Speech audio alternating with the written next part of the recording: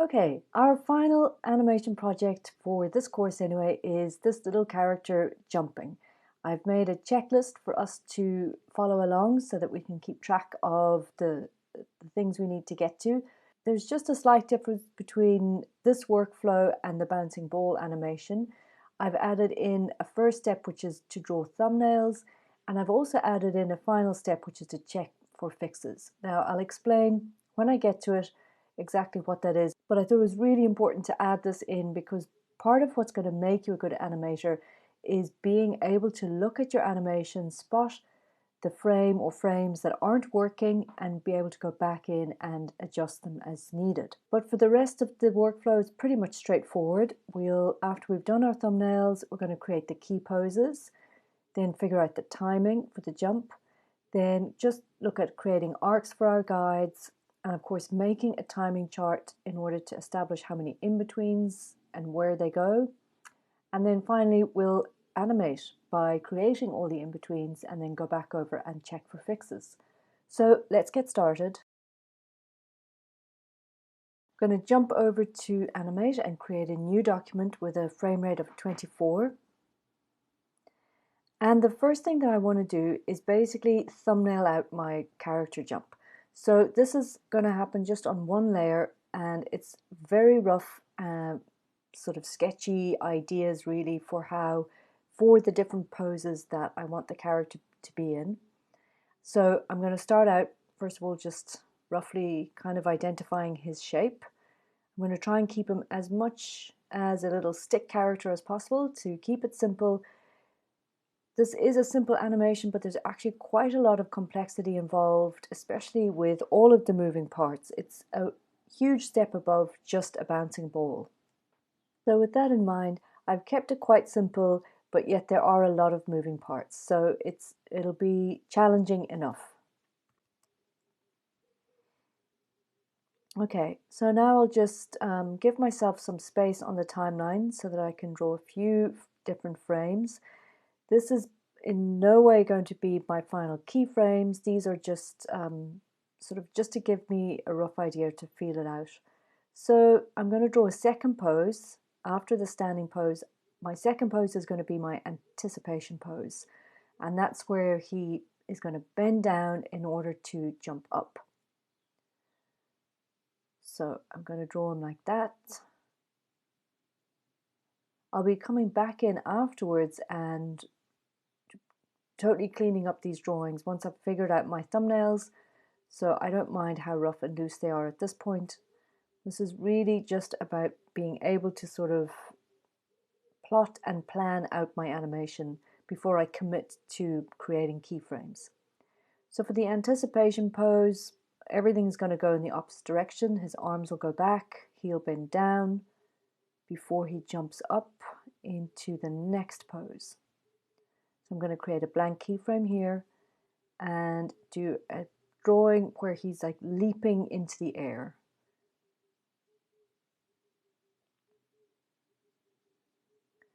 So I am being a little bit mindful about keeping my volumes consistent. So it's very handy with onion skin. You can just trace over a previous drawing, make sure it's correct before you move it into position for where you want it to be.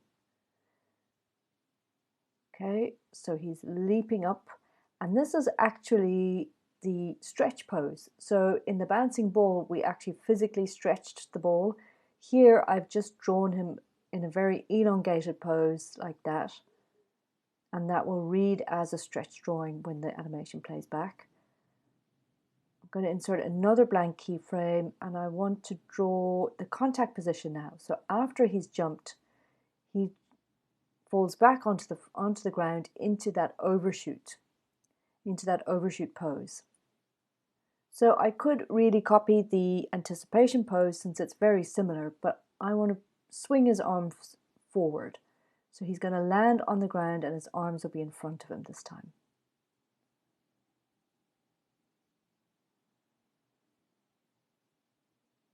Okay, so there I've got pretty much all of my poses. I just have to do my very final last, or I should move him into position actually, because he jumps up and then obviously he's going to be jumping forwards as well into a brand new position. So put him over here on the stage, and then go forwards and do my final drawing for the ending pose, which is the pose that he will settle into. And that is very similar to the starting pose. You could probably retrace the starting pose if you wanted to, but I think I'll give it just a slightly different look. So I'll have his arms coming down like that. Okay. Now I'll grab that drawing and drag it over to there.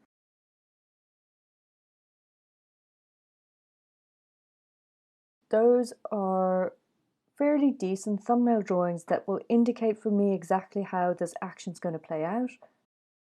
I'm now going to redraw them with a bit more of a cleaned up line so they're not so scratchy and fuzzy looking, and so they're not so rough. This icon over here on my layer is actually a really nice one to work with. You can click on this button or this box like that, and it'll make your drawing become an outline. So for tracing over stuff, that's really handy. If I zoom in now, you can see what I mean. It just basically makes an outline of the marks, of the brush marks of the lower layer. And now I'm going to follow this exactly and just try and make just one straight line or one clean line all the way over. And when it comes to his feet, it's quite an important point. I want him to start with both feet facing forwards so that when he bends down, I don't have to worry about changing his feet around. So I'll do that for the rest of my drawings, just tracing over them and following them as a guide. I'm not being very particular about this, you know, I'm not really kind of getting into super details or anything like that. The animation is intended to be quite rough anyway, so it's nice to have that rough hand-drawn look. So I'm just working with it like that. I am drawing over this pose, but I wanted to note that this is not going to be one of my final key poses. I'm making this drawing at this stage to make sure that I've got enough space when the character goes from the ground into the jump. And I'll explain what I mean later, but just bear in mind that that stretch pose is not the final key pose for the jump. Okay, and this is his contact position or overshoot pose.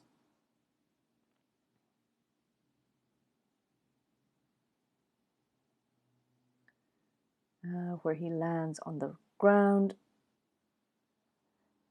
and then swinging his arms forwards like this as he lands.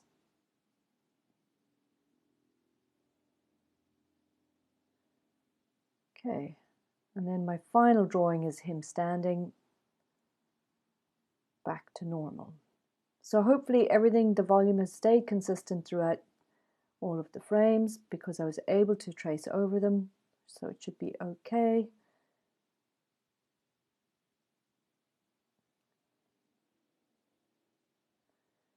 Okay, and that's his final standing pose.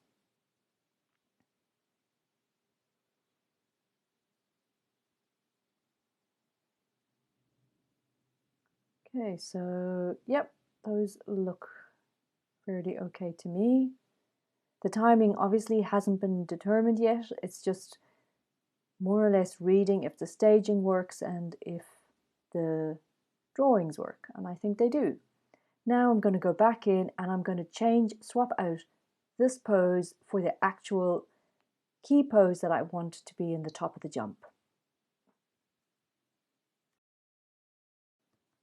So the first thing I can do is get rid of my roughs layer, and now I just have one layer with all of my key drawings. So it's time to swap this guy out. As you remember, I drew him in so that I was able to measure the space that I had from the ground position up into the jump. And now I'm just going to delete that. You can click on the frame itself and hit backspace on your keyboard, and that will delete the drawing completely from your stage.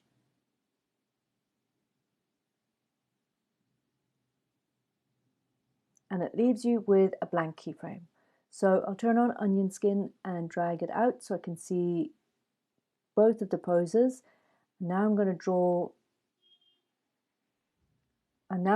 this little guy in the top of his arc, basically. If you remember the bouncing ball, that's the pose that we need to get to. So the top of the bounce as it relates to bouncing ball. So again, I can just trace over one of my initial drawings, which is a very handy tip to do, because especially for the head, you don't want the head to start to lose its volume at all, because that will really read. That'll jump out in your animation if your heads get smaller and smaller or bigger and bigger.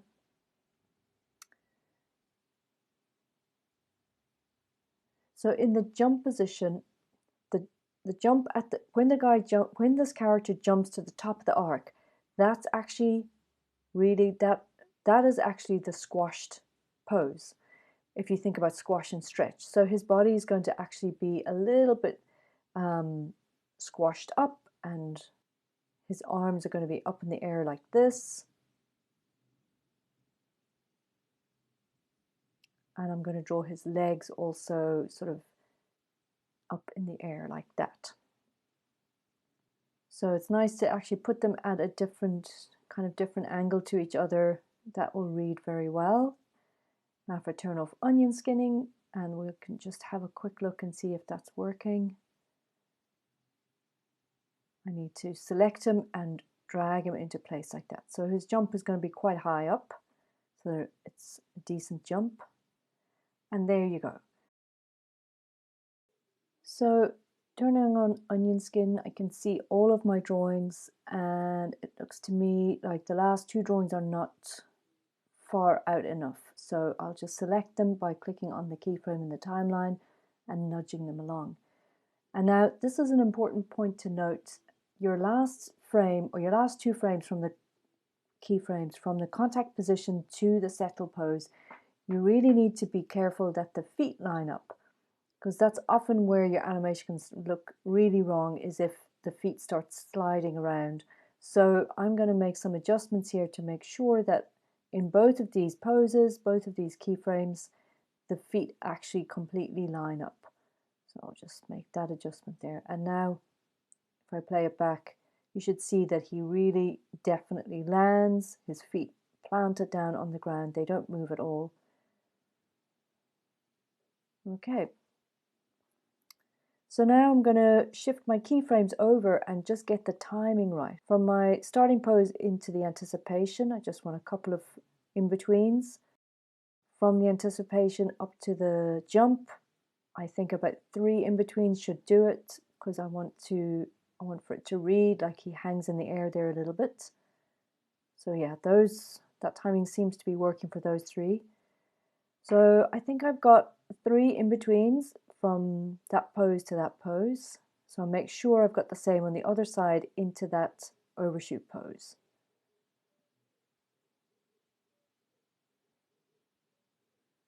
There we go. And then going into the settle pose, again, I just need 2 in-betweens at the most.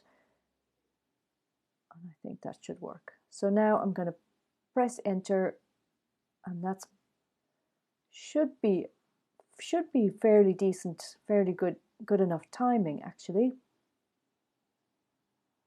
There might be a couple of things at fault with the pose. I think this pose here needs to be adjusted. It's not reading properly at all. I will click on the keyframe in the timeline and just hit Q on my keyboard and rotate it a bit,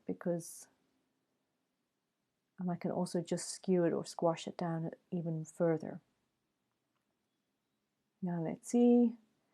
Yeah, that pose reads a lot better and the timing is working. I think I'm happy enough with that. So now I'll create a new layer on top of that, drag it underneath, and on this layer I'm going to draw in the ground, because that's obviously very important for the animation to read like he is landing on solid ground. So just put some grass there like that, make it a bit different than just plain old straight line. And I just thought it might be nice actually to have something here to indicate that he's jumping over something. So I'm going to put like a box maybe, or some kind of little tiny little small obstacle here that he actually has to jump over. You could put like a puddle of water, or maybe he's jumping over a hole in the ground. It's up to you, but I'm just going to leave it at that for now. Okay, so I'm going to name this layer ground, and then lock that so I don't draw on it again. Create a new layer, and on this layer I'm going to draw in my arcs. So obviously his arc is fairly straightforward for the jump. I mean, I don't really need to stress that. He just is going to be following that arc more or less from the starting position. But I'm very aware that I need to have a decent enough arc to follow for his arms. So if you look at his hand positions sort of swing up like that into the jump, and then they're going to swing in front of him down into the standing pose. So I want to draw that there just so that I know I've got something to refer once I get into animation. Okay, let's take a quick look at our checklist, see where we're at. So we drew our thumbnails and we cleaned them up and created key poses out of them. Now we've just determined the timing and we've also created arcs. So we're about actually halfway through. The next thing we need to do is just make a timing chart, then we can start in-betweening and then go back over and check for any fixes. Okay, on a new layer, I'm going to do my timing chart. And I think I've determined that I've got 5 keyframes to work with. So I will indicate them with these circles. 1, 2, 3, 4, and one more, 5. So those are my key poses. This is my starting position or my idle pose. The next one is the anticipation pose, which is that one. Then you've got the action pose, which is the jump, where he's in the air, and then the overshoot, where he lands, and the final pose, which is the settle.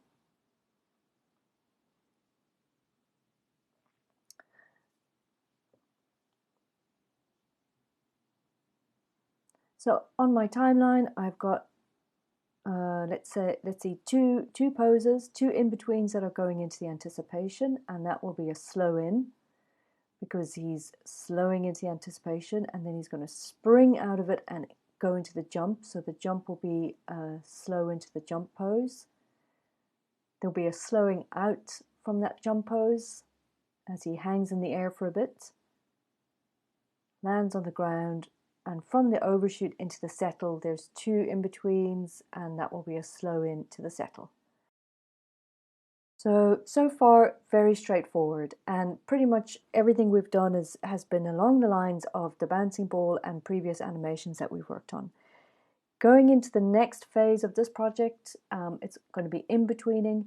I'm going to take a lot longer to animate this out because, as I say, even though this is a very simple stick figure character, there's quite a lot of complexity involved. If you think about it, we're going to have to in-between his arms, his legs, the hands, and also the body and the head. So a lot of moving parts, but we'll take it one step at a time. And I've broken the in-betweening part up into 2 separate videos. So we'll take it half and half. When you're ready, join me in the next video and we'll start animating. Okay, if you've got this far with me, well done. This is a huge chunk of work. In fact, animating, I always think the most amount of work that goes into animating is in the planning. And it's really, really important to get the planning done right. It'll make all of your animation go much smoother. So let's move ahead and get into in-betweening. The last thing that I want to do in my preparation stage before I dive into in-betweening is to mark out my keys on my timing chart. So if I just name this as chart and set it to guide, drag it down, I'll create a new layer above that, and here I'm going to just with a another color like a red, just mark out where my key poses are so that when I am animating and I need to refer to my timing chart, I at a glance can tell exactly which keyframe I'm on in relation to the timing chart. So inserting a blank keyframe and just drawing a red dot like that really helps me anyway. You don't have to do this step by any means, you can skip it. As long as you've worked out your timing chart and you're happy enough with that and you know you can refer to it, you don't have to do this step. So lastly, I'll just make a folder so I can drag all of my guides into the folder and close it down, and they are out of the way. Now I've just got my ground plane and my animation layer. Okay, so the first section I'm going to do is this one between the start and the anticipation, and it's only 2 in-betweens. So what I'll do is, so it's a slow in to the anticipation, so I'll come along to my first in-between on my timeline.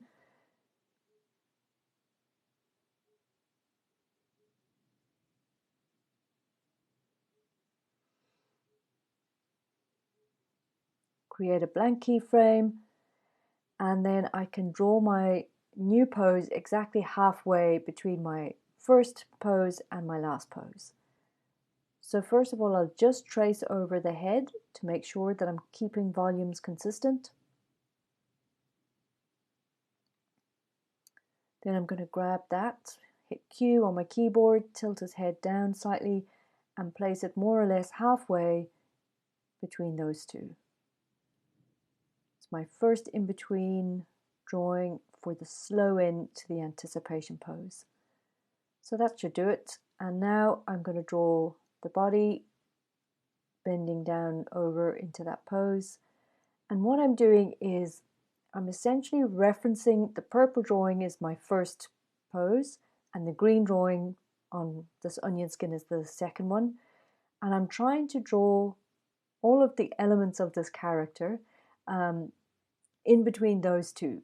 So for example, with the leg, I've got to make sure that the leg is halfway between the purple and the green.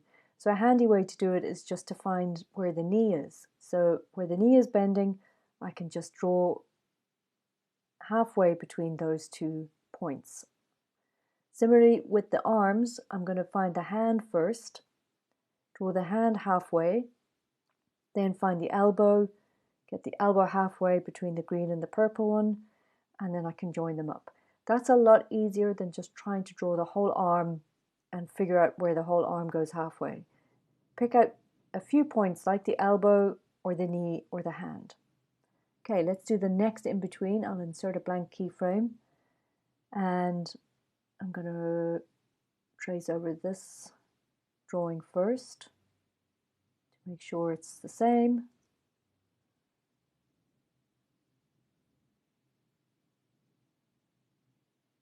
Okay, like that.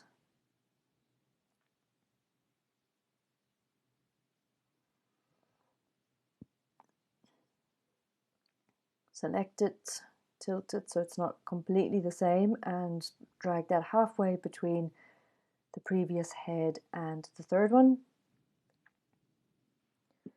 And now to draw the body and the arms and legs, again trying to reference the shape. The shape is obviously changing, but within that change I'm trying to draw it halfway between the previous one and the subsequent one. And I have to make sure that the feet stay exactly the same. I don't want them to move around at all. I'll draw my hand first for the halfway point, then find the elbow and draw the elbow to the hand. And then it's easy enough to find the halfway point for where the arm joins up to the body. Okay, that looks okay. I think I could put his other arm moving behind his body into that pose. I need to just indicate that it's coming out here. So just draw the hand first and draw the arm sort of like that. So we're only just about seeing it in this pose. And then in the next pose we see it clear. Okay, so that's that section done. Now I'm going to animate from the anticipation into that jump. And again, it's a slow in to that pose. So I'm going to start in my first in-between on my timeline.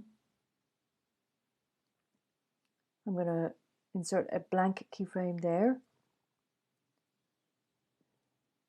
And now I'm going to draw a pose that's exactly halfway between these two. But now don't forget, this pose is where he's just jumped off from the ground, so it's going to be that elongated stretch pose that we saw earlier. And I'll just check that my arcs, where my arcs are going. So yeah, looks okay. And so from this anticipation pose, he's really sort of he's going to spring up. So I want his body position to be really long, really elongated. And it'll also be at an angle. So his trajectory is going up at an angle like that. So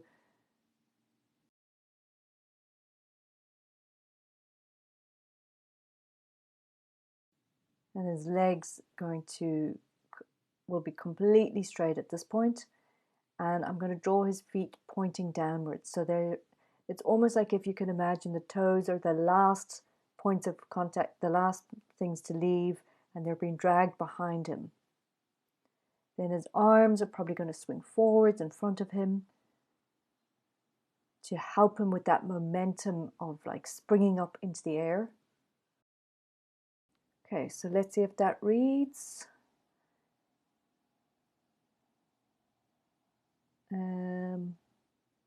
I think that could work. We'll have to put the other in-betweens in first and see, but I might just adjust the tilt or the angle and position him more or less there. Okay. So that looks okay. Yeah, I think that'll work. So moving ahead, I've got two more in-betweens left into the jump. Move ahead in the timeline, create a new blank keyframe. I'm going to be careful to trace the head from this pose so that it matches. Whoopsie, select the whole thing, drag it to the halfway position. And now the body shape has to change from that very elongated pose into a bit more of a squashed pose. So in this drawing and the next one, I'm going to have to make sure that it incrementally starts to match the pose where he's in the jump. And then his legs are also going to start to change and shift into position. So I want to start to bend them slightly in this keyframe or in this frame. The feet are still going to be dragging behind him a little bit.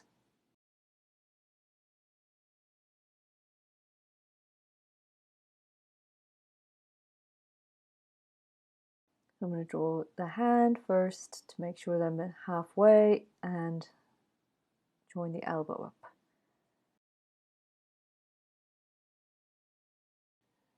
And now this is the pose where it's very close to the jump position. So again, the idea, if you remember in the bouncing ball, this is all about giving it that sense of hang time in the air.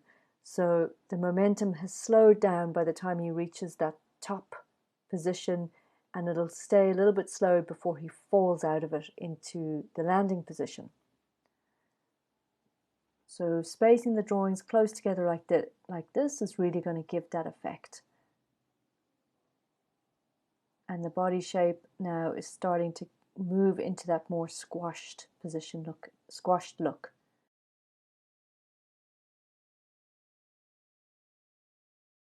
Okay, and now his feet are also starting to catch up and they are starting to point upwards. Lastly, his arms are going to be fully out in front of him at this stage. So I'm going to draw from the hand to the elbow, making sure that I've got the halfway point between the purple and the green elbows. Then draw the other hand first. Get that halfway point between the green and the purple. and that should do it. I'll just make a slight change there. I think that arm is a bit too long. Okay, so just editing that, and then I'm going to hit Q to rotate it down so it's in position properly. That's a lot better.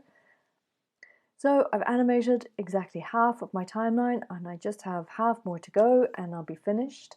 In the next video, we're going to do the final remaining 2 key poses and their in-betweens. So from the jump pose in the air into that contact position of the overshoot, there is a slow out. So I'm going to go to my last in-between on my timeline, insert a blank keyframe there, and I'm going to start animating backwards into that jump position.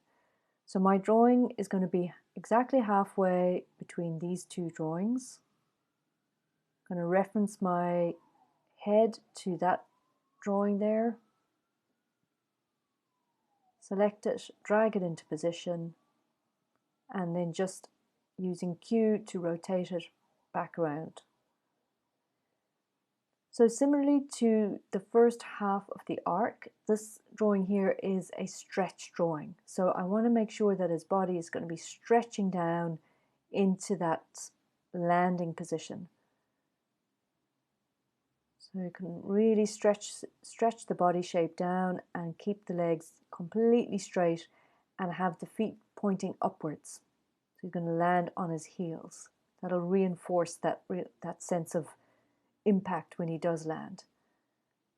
Now his arms, which were in front of him in the jump, in the high point of the jump position, are going to be swinging down into the landing pose.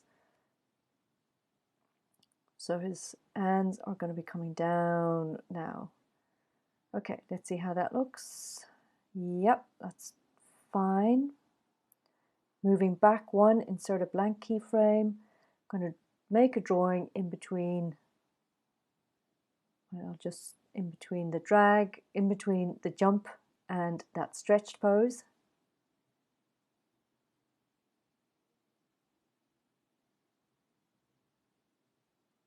So about halfway. And now the body shape has to sort of come out of that squashed looking pose, and it starts to elongate into that stretch pose, but it's not fully stretched yet either. So just about that should do it. The legs are going to be coming from a bent position into the straightened out pose, so they're going to be slightly bent in this drawing. And his arm positions are coming down again in front of him.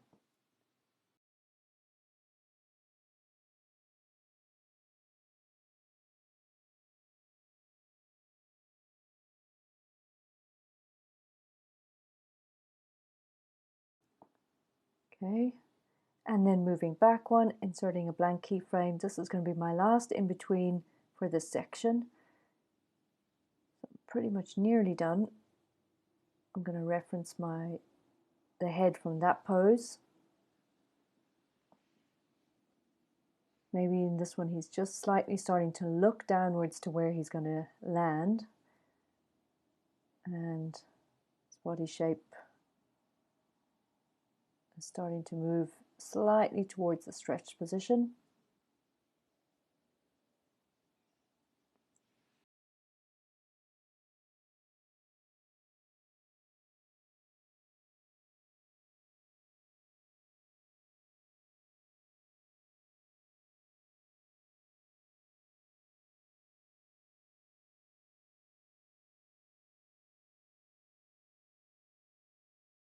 And the legs are curled up or bent up in front underneath him like this, and now they can start to stretch out as he moves towards his landing position.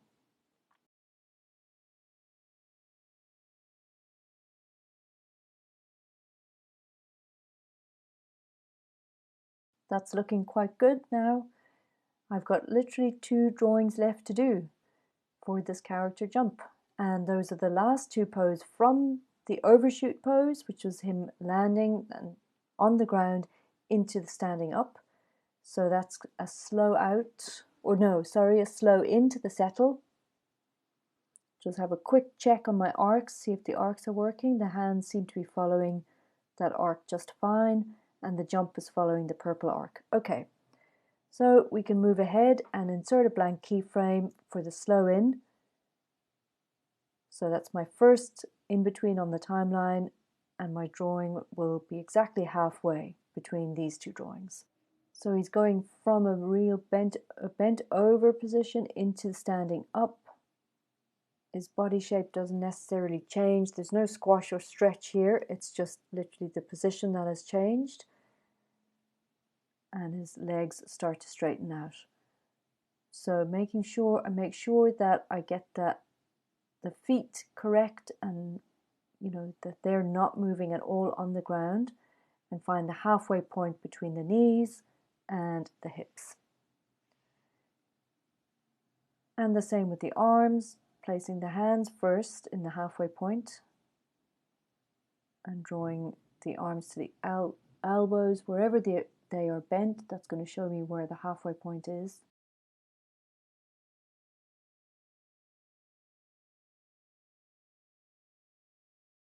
And the very last drawing now, we're almost there, so tracing, I'm going to trace his head because this is the drawing that he's actually settling into or easing into, so it's good to take my cue or my reference from there.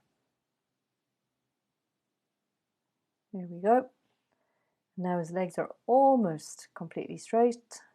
The feet are in the exact same position. The line just comes down right in between there.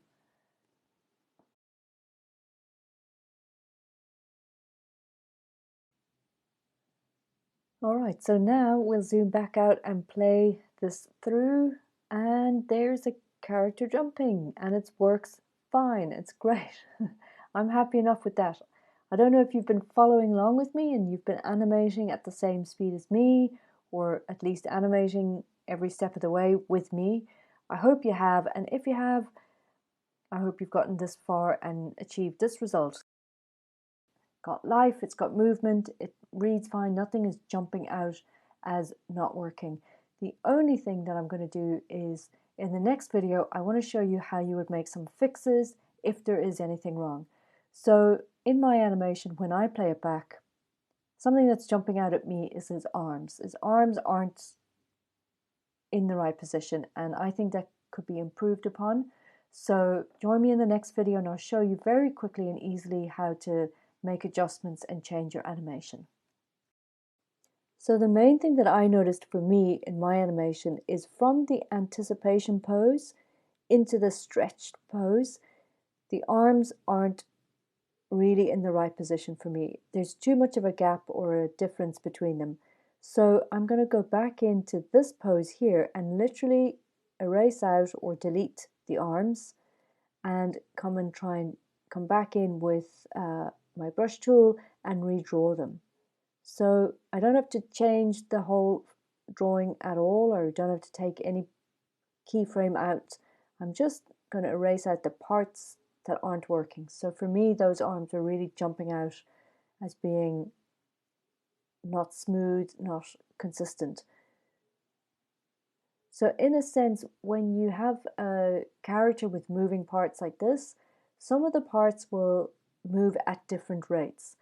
And it's a bit of an advanced concept in animation, or an advanced principle, but it's essentially things like arms and feet will drag behind a character like this in a jump.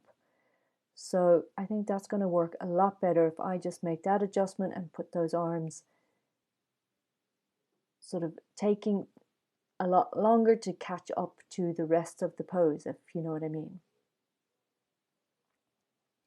So in this drawing, similarly, I'm going to make the arms just lag behind slightly. They haven't quite caught up to that position in front of the body.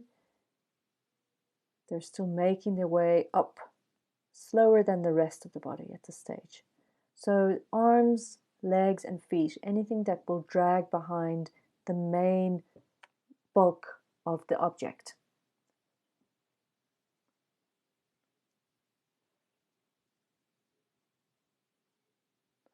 So I'll just select this arm and move it down. And in fact, this arm's probably, because this arm is coming from behind him, at this pose I don't even need to see the upper portion of the arm, it's just this section. I can drag that to over there, and the upper part of the arm is literally behind his body at this stage, if that makes sense. So that's a much better pose, I think. Yeah, I can instantly see that. I hope you can too. That the eye reads that action a lot smoother.